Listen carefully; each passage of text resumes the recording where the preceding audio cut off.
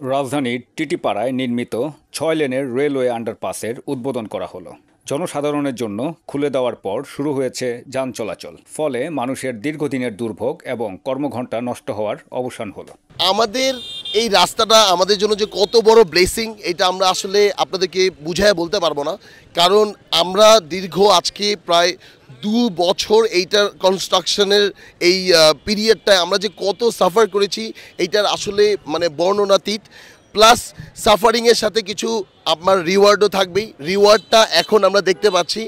All thanks to the authority who has been in charge of this road and এই রাস্তাটায় main যেটা problem হতো এই জাংশনটায় অনেক বেশি ট্রাফিক হতো, সারাক্ষণ জ্যাম লেগে থাকতো, অ্যাক্সিডেন্ট হতো। কারণ আপনারা জানেন যে এখানে রেল লাইন আছে। আমরা অনেক আনন্দিত টিটিপাড়া কমলাপুর আন্ডারপাস চালু হওয়াতে। এখন আমাদের এখানে অনেক যানজট মুক্ত হয়েছে এবং দুর্ঘটনা থেকে অনেক আমরা রেহাই পেয়েছি।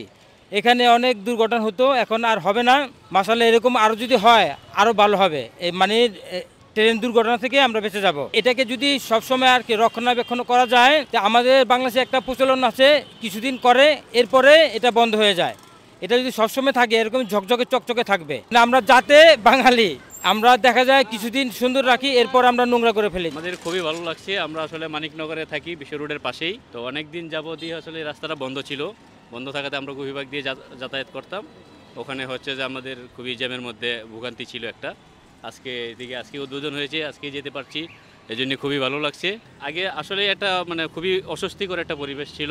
যানজটের কারণে আমরা হচ্ছে যে প্রায় মানিকনগর থেকে মতিঝিল যেতে 1 ঘন্টা সময় লেগে যেত।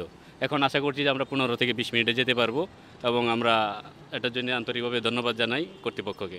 সকালে আন্ডারপাসটি উদ্বোধন করেন প্রধান উপদেষ্টার প্রতিরক্ষা এবং জাতীয় সংহতি উন্নয়ন বিষয়ক বিশেষ সহকারী অবসরপ্রাপ্ত লেফটেন্যান্ট জেনারেল আব্দুল হাফিজ। এ সময় উপস্থিত ছিলেন আরেক বিশেষ সহকারী শেখ মঈনুদ্দিন। আন্ডারপাসটির নিচ দিয়ে 6 লেনের রাস্তার মধ্যে 4 লেনে চলবে যাত্রিক যানবাহন। দোতলা বাসসহ চলতে পারবে সব ধরনের যানবাহন। আর দুপাশে রিক্সা, সাইকেলের আলাদা লেনের পাশাপাশি পথচারীদের জন্য দুপাশে রয়েছে ফুটপাত। এখন থেকে উপরের রেল আর নিচে অন্যান্য যানবাহন বাধাহীনভাবে চলতে পারবে। পদ্মা সেতুর রেল সংযোগ প্রকল্পের আওতায় 2 বছরের কর্মযজ্ঞ শেষে উদ্বোধন করা হলো এই আন্ডারপাস।